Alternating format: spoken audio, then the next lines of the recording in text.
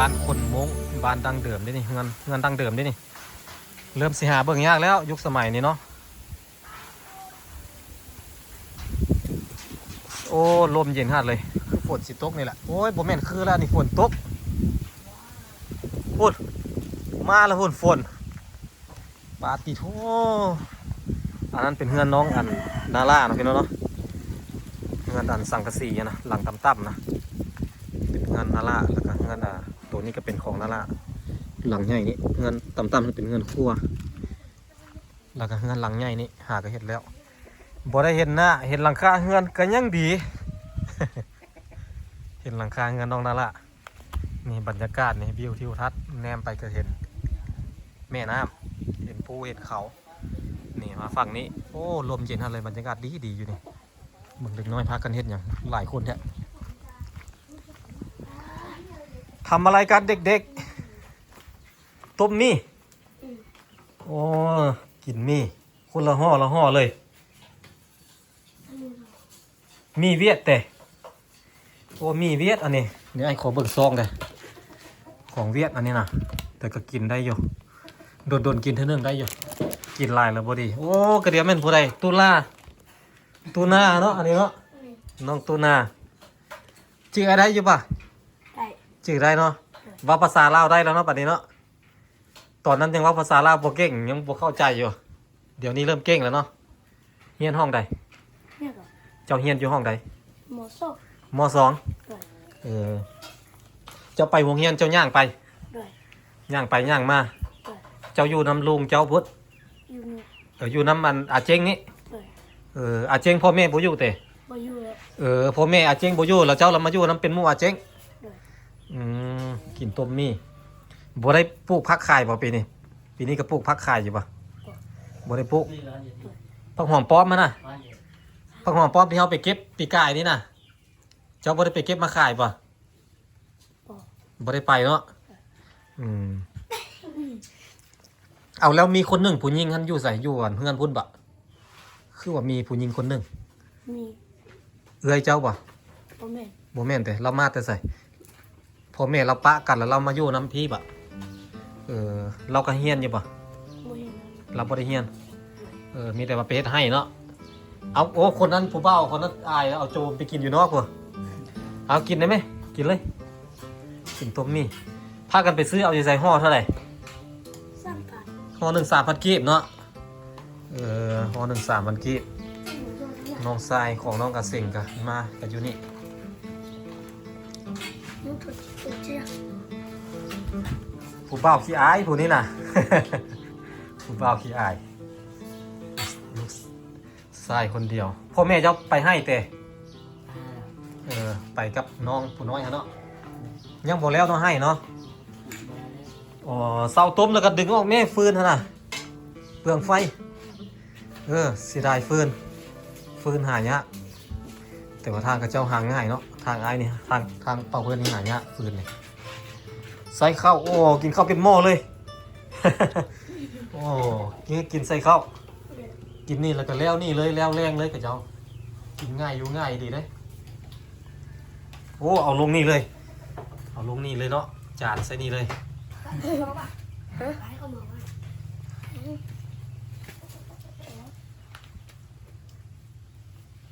โอ้ ก็มันคือเนาะ นี่เฮ็ดพวกนี้ก็เฮ็ดแล้ว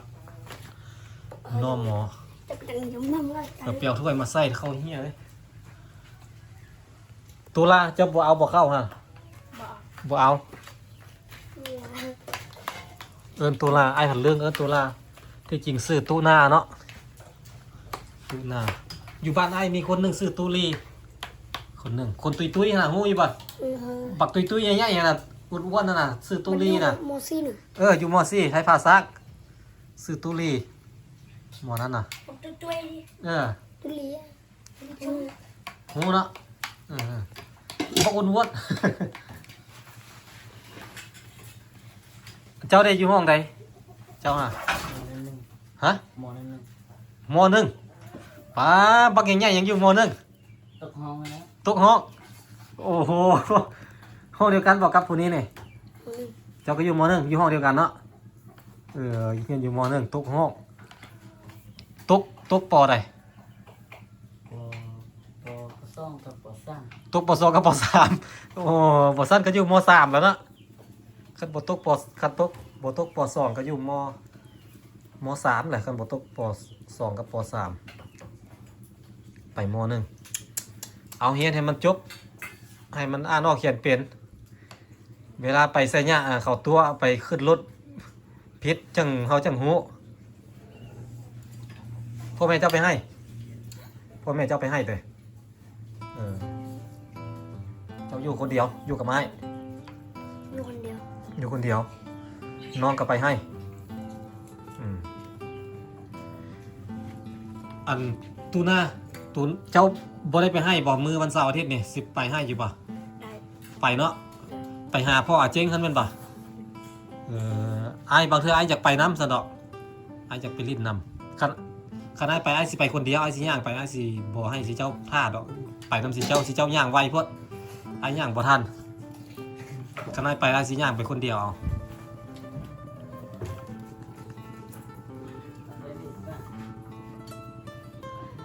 ย่างไปคนเดียวย่างไปเรื่อยๆเมื่อยบ่ได้ก็พักก็เซา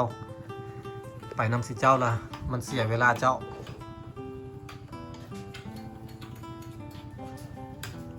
อากาศหนาวกว่าตุลาอยู่พุ่นน่ะ เมา หนาวเนาะเย็นเนาะมีหมอกอยู่ป่ะ ดี มีขู่มือเนาะหมอกเนาะนำหมอกมีขู่มือหมอกตกพี่น้องไงกินตุ่มมีเวียดโอ้ก็มากินสูงแท้นี่ อ๋อนั่งกินฟักสูง เนี่ยที่เป็นมันมัน ๆโอ้อ้อยของเจ้าแต่ไอขอกินแน่ได้ปะไอขอกินหน่อยเถอะขอกินอ้อยน้ำน้องละปุ่นอ้อยน้องละบัดนี้อยากกินอ้อยพี่น้องเลย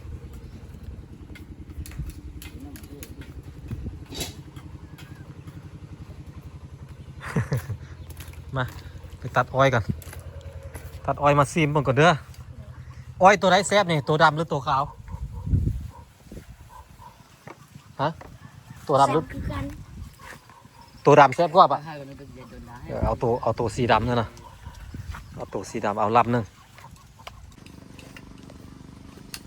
กินอ้อยก็เด้อพี่น้องโอ้เป็นไม้ร้องเพลงเลยได้นี่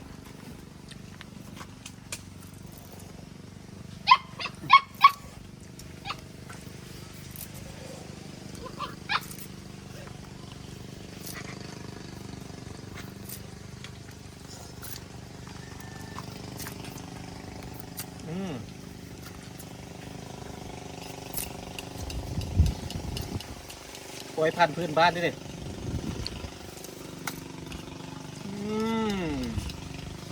หวาน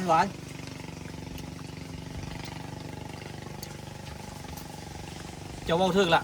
จะว่าอ้อยสีดำหวานพวกแซ่บพวกอ้อยสีขาวก็มีแต่ว่าเพิ่นกินอ้อยสีดำโอ้หวานอยู่เลยก็5 เดือน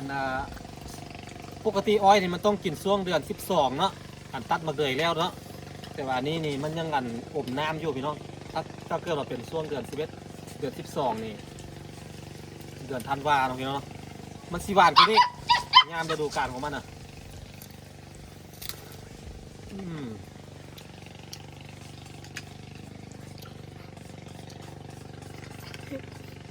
ผู้สาวมานะ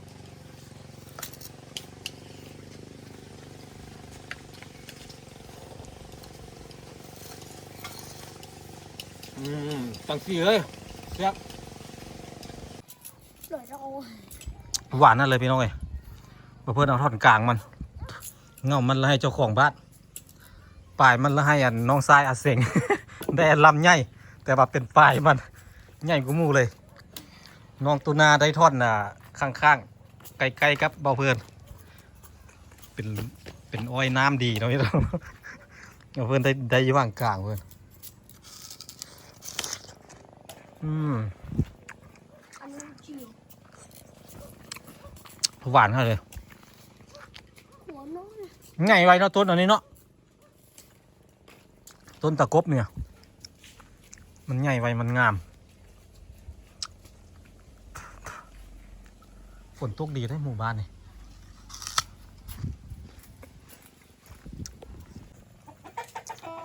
อันนี้ก็สิเป็นมากเนาะพี่น้องเนาะมีมากเดียวนี่บ่ ใหญ่ สิได้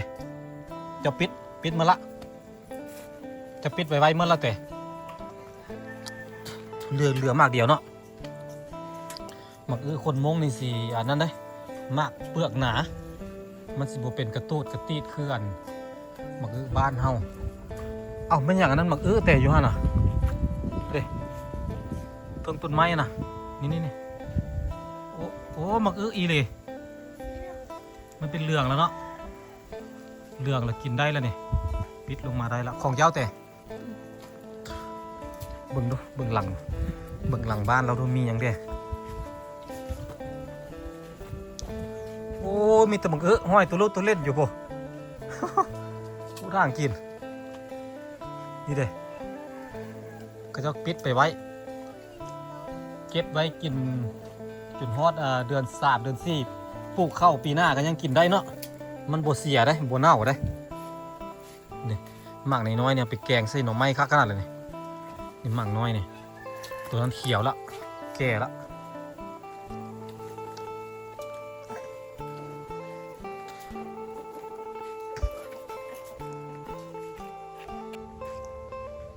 อายิกินอ้อยบ่อายิอาจิโกปโนตัวมาพี่บ้านได้ไหนรอดเนาะอายิโกปโนรอดเนาะ พุ่นเปรียวน้ำพุ่นไปเปรียวน้ำมัน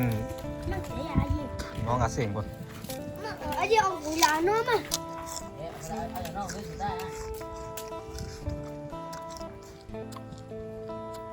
เอาเดี๋ยวมาเตะกันเนาะ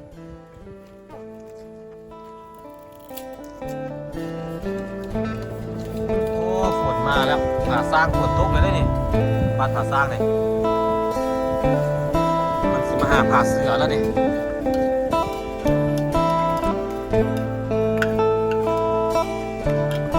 หน่อยหนังร้านกินเลยเนาะพี่น้องเนาะโอ้กินเก่งเนาะมดเลยเนาะเข้ากับมดคนนี้นี่กินน้ำหลังนี่มดเลยนี่คำมันง่ายๆเลย